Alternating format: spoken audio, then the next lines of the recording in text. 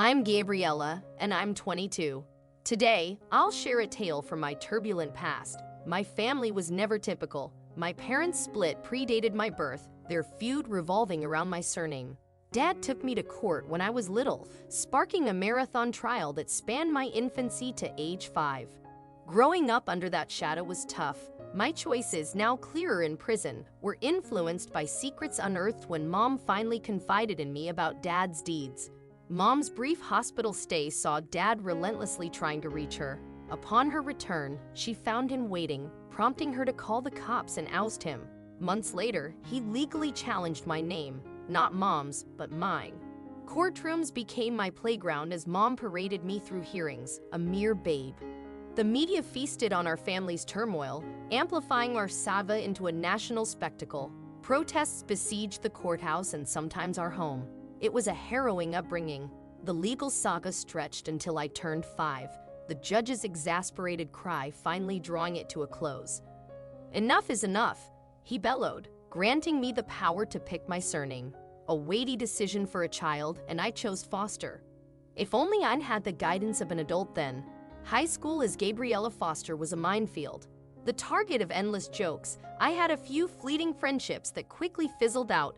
Mom and I were nomads, fleeing our past with every new city we settled in. But each move made it harder for Mom to find stable work, and she blamed me for our struggles. Our arguments were constant. We bounced from one city to another, sometimes 2 in a year. Mom juggled multiple jobs, leaving before dawn and returning late, drained and irritable. Her bitterness seeped into every interaction.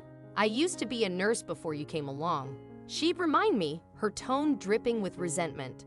I'd escape whenever I could, slipping out silently if she was engrossed in TV. It didn't matter where I went, the park, the streets. I just needed space on my terms. One day, I stumbled upon a group of kids my age in an alley. Desperate for connection, I tried to blend in, talking tough and fabricating stories to fit in. They saw through my facade, laughing at my attempts, but for a moment, I held their attention, even if it was just for show. They offered me a spot on their team, keeping the details vague. Despite the risk, I didn't want to miss out on the opportunity. We headed to a nearby jewelry store, not far from where we stood. They handed me a rock while they scoped out the surroundings. "The plan is simple," the apparent leader explained. "You toss this rock through the window of the store at the end of this street. It'll trigger an alarm. Then you sprint down the street and rendezvous with us in the alley 3 blocks away." I hesitated, uneasy about the task at hand. "What about you?" I asked. "The less you know, the better," was the curt reply. With that, they urged me to move. Though I'd never dabbled in crime before, the thrill of the moment clouded my judgment. I dashed to the designated store, eyeing it carefully before launching the rock. Rationalizing my actions, I convinced myself that the store probably had insurance and mistreated its staff. After all, in my mind, no one was truly innocent. "Get a move on," their voices echoed from down the street. With a surge of adrenaline, I hurled the stone, setting off a blaring alarm. Sprinting as fast as I could, I tried to keep count of the blocks, but my racing heart and the rush of adrenaline made it nearly impossible to focus. Finding refuge in the nearest alley, I huddled behind anything I could find shrouded in darkness.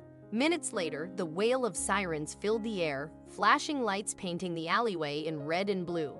Safe in the alley's shadows, I hoped I'd evade detection. As minutes stretched on, I glimpsed the group leader dashing past, prompting me to remain concealed until the coast was clear. None of the others appeared, leaving me to speculate on their fate. Upon reaching home, with only a few hours before school, sleep eluded me, adrenaline coursing through my veins. My mother remained oblivious to my nocturnal escapades, and I relished the thrill of my newfound freedom.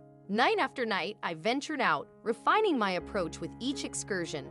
Adopting varied personas and avoiding repeat locations became my modus operandi. I relished the anonymity of the darkened streets, often engaging with diverse characters and relishing the anonymity afforded by the night.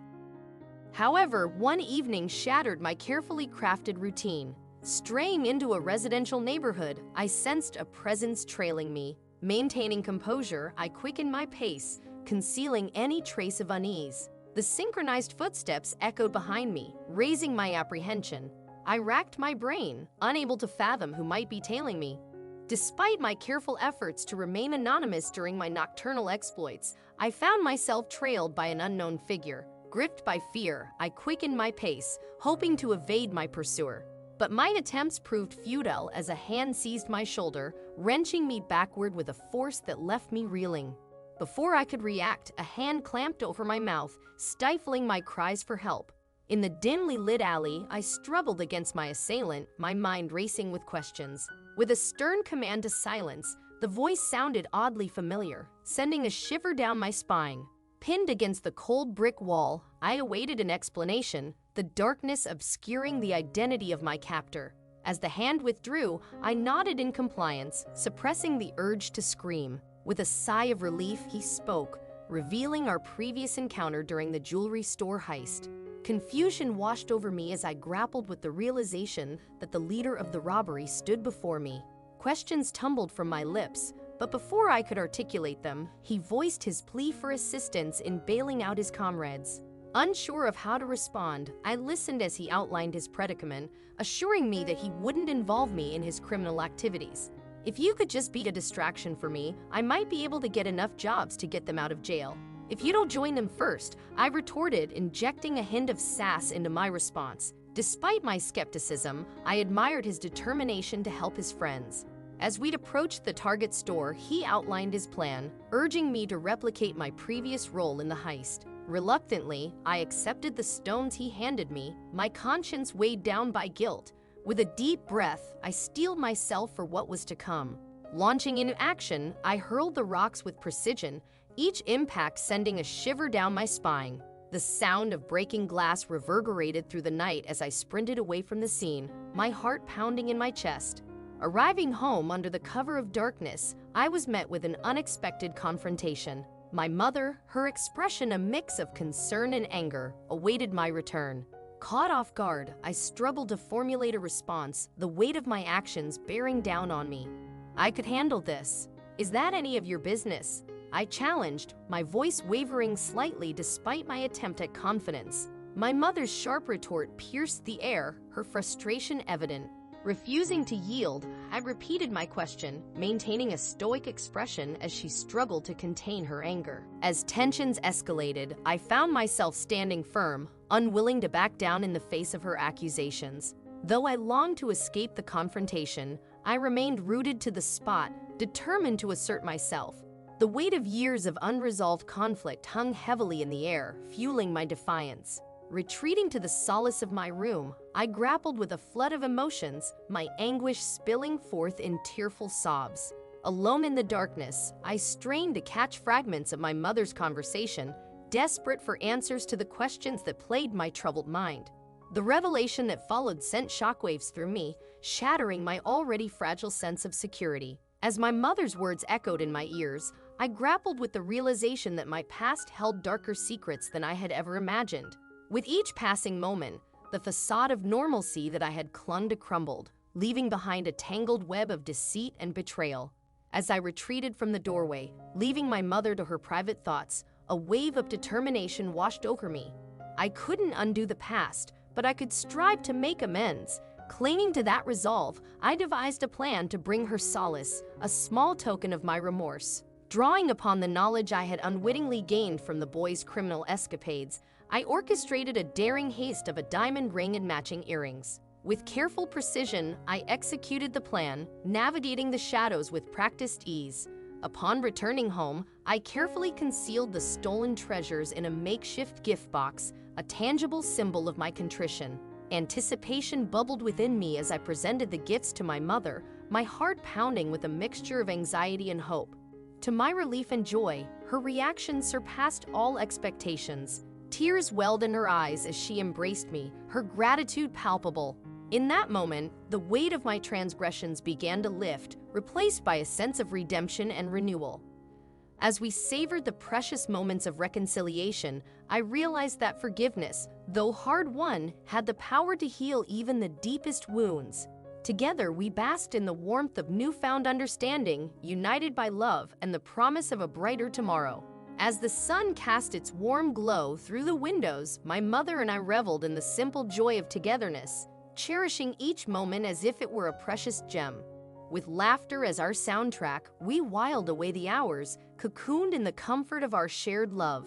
But our tranquil reverie was abruptly shattered by an urgent knock at the door, sending my heart into a frenzied rhythm of apprehension. As my mother hastened to answer the summons, a foreboding sense of dread gripped me, visions of impending doom flickering through my mind like shadows in the night. The chilling words of the police pierced the air, plunging us into a maelstrom of confusion and fear. In a cruel twist of fate, the very gifts I had bestowed upon my mother became the instruments of her accusation, transforming our sanctuary into a prison of despair. With a heavy heart, I watched helplessly as they led her away, their accusations ringing in my ears like a damning verdict. Alone and adrift, I faced an impossible choice: surrender to the authorities or flee into the unknown, leaving behind everything I held dear. Driven by a desperate longing for redemption, I made my decision. Racing against time, I sought solace in the arms of my mother, finding strength in her unwavering love and forgiveness. With tears streaming down her cheeks, she whispered words of wisdom, urging me to embrace my fate with courage and resolve. Summoning every ounce of bravery within me, I surrendered myself to the authorities, knowing that in doing so, I would set my mother free. As the cold embrace of captivity enveloped me, I clung to the hope that our sacrifice would pave the way for a brighter future, one where redemption and reconciliation awaited us on the horizon.